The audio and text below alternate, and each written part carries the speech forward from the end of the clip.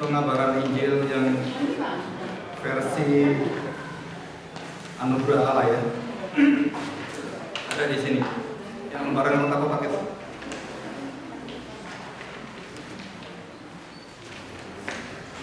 Ada dua kolom, yang satu berpusat pada aku, pengabaran Injil yang berpusat pada aku dan berpusat pada Allah.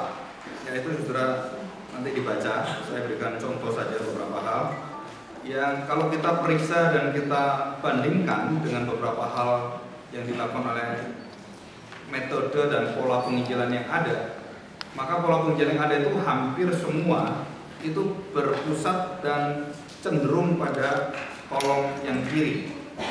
Ya. Kenapa cenderung kolom yang kiri? Karena meminta orang untuk beri contoh gitu ya. Secara benar dan salah nggak ada masalah, itu benar atau salah. Jadi itu bisa benar dan bisa juga salah. Kalau saya bertobat, lalu dalam KKR gitu ya, saya bertobat terus saya mengisi pertobatan saya. Tanggal sekian saya bertobat dan tanggal sekian saya lahir baru. Nah, saudara, tulisan yang ada pertobatan itu bukan satu kebenaran yang kemudian kita dengan kertas itu, pengakuan itu menjadi satu kebenaran begini. Jadi ini berarti orang itu sudah sungguh-sungguh bertobat di situ. Ya.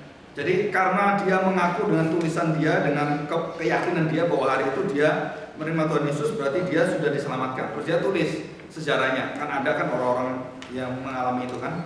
Termasuk saya pernah tuliskan itu. Ya, oh tanggal sekian, tulis sekian. Nah, saudara, kalau diajarkan bahwa kamu harus menuliskan itu, bahwa tulisan ini adalah pembuktian bahwa saya diselamatkan dan saya sudah lahir baru, itu bisa diterima sebagai buktinya. Tapi kalau tidak menuliskan ini, kamu tidak boleh. Saudara, itu kesalahan. Jadi artinya begini, pengabaran Injil itu nggak mesti harus tulis saya lahir kapan dan tanggal berapa. Enggak, itu bukan kebenaran. Ya, kenapa bukan kebenaran? Karena tidak semua orang ditulis pasti masuk surga. Jadi saya menulis ini tidak pernah membuat saya masuk surga. Saya mengaku saya Kristen tanggal sekian, jam sekian, hari ini. Terus kemudian saya sungguh-sungguh bertobat gitu ya. Nah, itu tidak pernah membuat kita diselamatkan karena tulisan kita. Bisa ngerti ya? Nah, saudara, itu bukan keselamatan. Itu adalah satu tanda bahwa saya diselamatkan, betul. Bisa seperti itu. Tetapi kalau orang tidak menuliskan dan tidak boleh karena cara penginjilan adalah harus dituliskan. Nah, itu tidak diperbolehkan. Itu melawan tulisan Alkitab. Termasuk jangankan tulisan gitu ya. Orang dibaptis juga sama. Belum tentu orang semua dibaptis pasti masuk surga. Karena baptisan itu tidak menjamin orang masuk surga. Yang menjadi masuk surga adalah saya percaya datang pada Tuhan Yesus dan dia adalah Raja dan Juru Selamat saya. Beriman kepada dia dan kematian Kristus adalah kematian bagi dosa saya, kebangkitannya adalah bagi kemenangan akan dosa saya. Mau. Nah, saudara, diselamatkan di sana bukan karena perbuatan saya, bukan karena tulisan saya, bukan. Ya. Diselamatkan oleh anugerah. Diselamatkan oleh anugerah Allah melalui iman atau oleh iman? Diselamatkan anugerah. Maksudnya diselamatkan oleh iman atau melalui iman? Iman itu masuk dalam anugerah di situ. Jadi iman itu adalah satu anugerah yang Tuhan berikan, baru dia bisa beriman. Jadi imannya sendiri itu sebenarnya tidak menyelamatkan. Keyakinan saya sebenarnya bukan menyelamatkan saya, tapi bentuk daripada anugerah yang saya akui dalam iman saya, nah itu yang menyelamatkan. Nah, itu perbedaannya teologi Agustinus dengan teologi yang diterapkan oleh Martin Luther dan Reformator. Agustinus mengatakan bahwa iman itu membuat saya percaya, keyakinan saya. Nah, kalau Reformator bukan, keyakinan saya itu bukan berasal dari diri saya, itu karena Tuhan yang memberikan pada saya. Jadi melalui iman saya, maka saya bisa memiliki anugerah yang berasal dari Allah, beriman kepada Dia. Nah, itu betul. Jadi bukan karena saya beriman, saya berdoa beriman terus. Nah, itu bukan. Bukan. Jadi iman tidak menentukan bahwa Tuhan mengatakan A dan B, tidak. Iman adalah taat pada Tuhan mengatakan A dan B. Bisa ngerti ya? Jadi iman itu bukan menentukan Tuhan ini bukan. Iman menaati Tuhan mau A atau B. Itu iman. Dia berdasarkan anugerah pimpinan Tuhan. Nah itu bedanya di sana. Ya, jadi kalau kita lihat di dalam pemberitaan ini, nah semua pemberitaan yang di sini adalah terpusatkan pada bukan pada manusia yang mampu untuk menjawab, bukan, tapi bagaimana Allah memberikan kepastian keselamatan pada orang itu. Jadi kita nggak boleh terpancing dengan, oh ya saya juga Kristen, apalagi pelayanan di daerah ini ya, Bandung atau Jawa Barat. Ada orang dibaptis sampai 7 kali dan punya kartu baptisan lagi.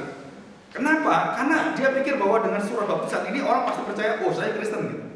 Jadi gereja ini dia jadi gereja ini jadi gereja ini. Nah, berarti dia tidak mengerti bahwa bukan karena baptisan dia itu diselamatkan. Di situ.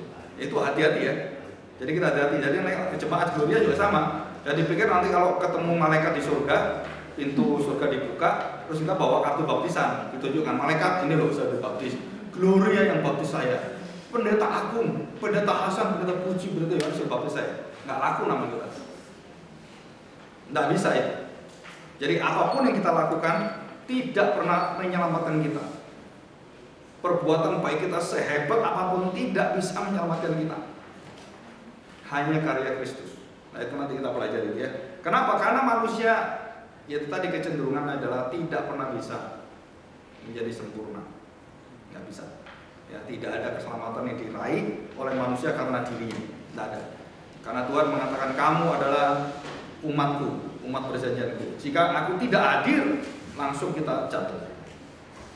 Jadi hadirat Allah itu, terus kemudian belas kasihannya dan ketuhanannya, kita miliknya itu begitu dicopot, kita langsung nggak ada pertolongan. Jadi kalau kita merasa bahwa kita bisa menolong diri kita dengan perbuatan kita, nah itu nggak bisa. Ya, di dalam iman Kristen kita tidak mungkin seperti itu. Ya. Oke, kita lanjutkan. Surah ini saya beri contoh yang respon ya dan pandangan manusia. Pada kolom yang ke-6, pandangan tentang manusia jatuh dalam dosa tetapi memiliki kemampuan atau potensi untuk memilih hal yang baik dari Allah. Nah, di dalam pengabaran Injil yang sejati, saudara, manusia tidak bisa memiliki kemampuan, memilih pun tidak. Berasal dari dirinya. Bukan. Jadi di sini di sebelah kanan, manusia jatuh dalam dosa dan tidak mampu datang kepada Allah dengan kekuatan kehendak diri sendiri. Nah ini berbeda. Ya. Kalau kita ngabarkan Injil seperti ini ya, saya pernah ngabarkan Injil gitu ya, pakai 4 hukum rohani waktu itu ya, di bis atau di kereta api. Dan kita yakin bahwa kamu percaya Tuhan Yesus, kamu pasti diselamatkan. Betul itu kalimat itu ya. Tapi kita kemudian mengubahnya pada apa? Kamu harus betul-betul percaya, pasti kamu diselamatkan. Nah, waktu kita mengubah kalimat ini pada kalimat percaya Dia, kita jatuh dalam poros pada manusia. Jadi dia harus menerima belas kasihan Tuhan. Dan kita berani mengatakan, kalaupun kamu percaya, kalau Tuhan tidak memberikan kamu hatinya dan belas kasihannya, kamu tidak bisa menjadi percaya sejati.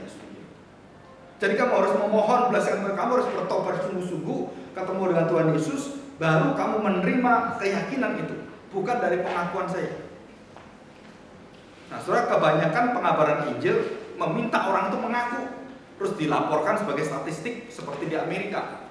Berarti gereja kita sudah mendapatkan pengakuan, banyak sekali orang-orang bertobat. Saudara, pengakuan kita itu banyak yang kadang-kadang dalam perjalanan hidup itu rontok semua. Kenapa? Karena ada 4 macam tanah. Saudara harus ingat itu. Kena kesulitan hidup, kena masalah, kena perasaan, luntur semua. Nah, tanah sejati itu adalah tanah yang sungguh-sungguh menerima. Itu anugerah Tuhan. Dikatakan dalam firman Tuhan itu adalah anugerah Tuhan. Dan kamu bisa mengaku bukan karena kamu bisa mengaku, kamu bisa datang bukan karena Tuhan yang memberikan kamu kemampuan dalam dirimu kamu bisa datang, bukan. Tapi karena aku yang menarik kamu, karena aku yang memilih kamu, karena aku yang datang dalam hadiratmu, aku yang mengubahkan kamu. Semua itu Tuhan semua. Yang bekerja itu Roh Kudus dalam diri kita, dalam diri orang berdosa itu. Jadi waktu saya memaparkan dan menyatakan Injil Kerajaan Allah atau mengatakan keselamatan dalam Kristus adalah satu-satunya juru selamat, maka saudara memberitahukan kepada orang itu bahwa kamu tidak mungkin bisa selamat karena kamu mengaku dengan kemampuan. Kamu harus meminta belas kasihan Tuhan. Nah, ini disebut sebagai inti dari kitab Hosea. Memohon belas kasihan Tuhan. Dan itu inti dari kerajaan Allah. Ya. Oke, nah ini saudara nanti baca. Nah, saudara nanti saya ambil, kalau baca ini saya pernah baca berkali-kali ya. Hampir semua itu kita hampir lakukan semua ini. Cara-cara yang seperti ini. Dan banyak yang beberapa pengabaran Injil waktu diberi tahu tentang ini, mereka kurang bisa terima ini. Bukunya William Metzger, Profesor Practical dan Evangelism yang dari Westminster itu. Kenapa saudara? Dan dia sangat merindukan gereja kembali pada pengabaran Injil yang benar, bukan memberikan semacam angan-angan palsu pada manusia. Karena betul-betul tanpa anugerah Tuhan, tanpa belas kasihan Dia, saudara, kita nggak bisa bertobat. Nggak mungkin bertobat. Tidak ada kemungkinan untuk bertobat. Respons manusia bagaimana? Ya, Respons kita sebagai manusia? sama. Respon kita sama. Kita nggak bisa memilih, Pak. Karena kita sudah jatuh dosa, dan pilihan kita di dalam agama itu karena pengaruh-pengaruh perspektif yang ada dalam hidup kita. Saya jadi Kristen karena papa mama saya, dan itu bukan orang Kristen. Sekali lagi, anak kita Kristen, kita harus meminta dia untuk ketemu Kristus. Anak saya yang kecil juga sama, anak saya yang besar juga sama. Dan waktu dia SMP itu dia pernah datang pada saya dan dia mengatakan dia bertemu dengan Tuhan, dia menangis di sana. Nah, kamu sudah bertemu, hidupmu harus berubah. Nah, itu kan tanggung jawab kan. Nah, dia waktu memilih, dia nggak bisa memilih karena dia sudah merasa dia Kristen, dia sudah baik kok di situ. Nah, dia harus bertemu dengan Tuhan dan dia bukan karena papanya pendeta terus keluarganya Kristen, bukan, karena dia harus dibelas kasihan oleh Tuhan. Karena tidak ada orang di hadapan Tuhan yang tidak berdosa. Nah, di situ dia harus ketemu itu titik poin itu, anugerah sejati itu. Nah, kalau tidak, nah itu sangat diragukan. Gitu. Jadi bukan karena pengakuan, bukan karena itu, bukan karena apa yang kita lakukan, bukan. Tapi itu adalah anugerah Tuhan. Jadi pengakuan kita, pemilihan kita itu dasarnya adalah karena ada anugerah Tuhan di dalam.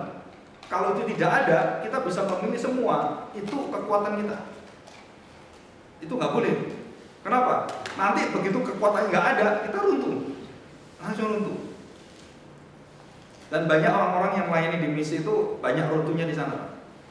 Jadi kalau kita di dalam konteks mission dan semuanya itu banyak jatuh di sana. Makanya banyak orang-orang yang kalau kita lihat ini dulu sudah percaya, kenapa begini? Kenapa ini sekarang kawin lagi? Karena lihat yang suaminya bisa ngasih duit terus akhirnya mau jadi agama lain. Nah, kita yang Kristen ya udah, bapak saya gini, saya ikut Pak. Dan begitu dijanji nggak akan melarang ke gereja. Begitu kawin nggak boleh kamu kan suami istri saya. Nah, udah kejebak dia di situ. Nah, terus dia tinggalkan imannya. Nah, itu masuk di dalam bukan iman yang dalam pergumulan sejati. Dia kalau iman sejati itu dia akan menangis di sana. Dia akan bergumul berat. Saya bertemu supir taksi juga gitu, ada yang bergumul berat. Dan dia berkata, saya tersiksa Pak, tersiksa. Saya ingin kembali pada agama, nggak bisa, terjebak semua. Saya hidup dari mertua saya, dia nggak bisa dia. Di situ. Nah, dia harus keluar, nah, dia harus kembali pada Pak, kekuatan Bapak nggak bisa ngalahkan itu semua. Hanya bersama Yesus Bapak bisa.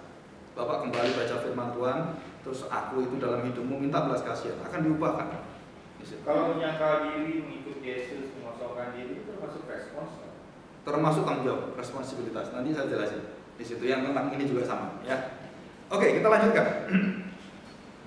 Ya. Kalau bicara soal misi begini seru juga ya. Oke, kita lanjutkan. Ada beberapa ayat firman Tuhan yang tercantum di dalam Yisrael, Lo Hama dan Loami.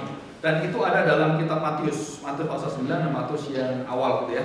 Tentang nubuatan Hosea itu digenapi dalam Kristus dan dalam pengajaran ucapan Yesus yang terpenting tentang kerajaan Allah. Dalam Matius pasal yang ketiga itu ada ya. Matius pasal yang ketiga ayat yang ke-9 ayat 13, 12 ayat 7. Itu sama dengan Hosea pasal 6. Nah, itu inti kerajaan Allah. Tuhan Yesus yang mengajarkan. Kita lihat Matius 12. Tadi saya lihat, saya cek ayat yang ke-7. Ya. Yesus berkata kepada murid-muridnya ya. Ayat 6, aku berkata kepadamu di sini ada yang lebih baik Allah. Jika memang kamu mengerti maksud firman ini, yang ku kehendaki ialah belas kasihan dan bukan persembahan, tentu kamu tidak menghukum orang yang tidak bersalah, karena anak manusia adalah Tuhan atas hari Sabat. Ya, ini 9 ayat yang ke-13. Jadi pergilah dan pelajarilah arti firman ini. Yang kugendaki ialah belas kasihan, bukan persembahan. Karena aku datang bukan untuk memanggil orang benar, melainkan orang berdosa. Nah ini. Jadi pengabaran Injil, saudara harus tahu bahwa kita bukan menjadikan orang benar, tapi kita memanggil orang berdosa untuk dibenarkan Tuhan. Bukan kita benarkan dengan pola penginjilan kita. Bukan. Jadi pola penginjilan kita apakah itu 4 hukum rohani, apakah itu apakah pelangi kasih, ataukah yang berwarna, saudara, itu adalah alat. Itu bukan penentu. Jangan sekali-sekali saudara merubah. Kalau saudara mengatakan bahwa ngabarkan Injil harus pakai ini, Alkitab tidak pernah pakai kabar Injil seperti itu. Ada nggak Alkitab pakai itu? Nggak ada.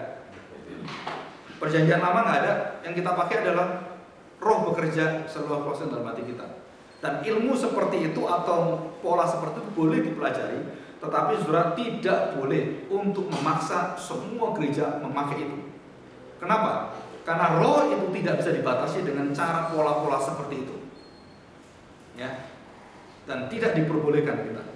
Mempelajari silakan, tapi waktu kita mengabarkan Injil, saudara-saudara tidak boleh mempola sebagai scholasticism atau disebut sebagai dialog filosofis. Karena di dalam pengabaran Injil itu biasanya ada dialog. A, B, kalau B dijawab, saya jawab ini. Jadi kalau A jawab ini, saya akan berikan firman Tuhan ini. Kalau B ini, dan itu kayak matematis. Dan itu dipelajari dan bisa dipelajari. Saudara, boleh nggak kita memakai cara seperti itu? Silakan, itu menjadi satu natural, gitu ya. Tetapi kalau saudara memaksakan itu menjadi satu pola yang harus diikuti, nah itu yang bahaya. Bisa ngerti ya? Kenapa? Karena di dalam Alkitab Rasul-rasul tidak pernah memakai pola apapun. Nah, kita nurut Alkitab bukan nurut orang lain.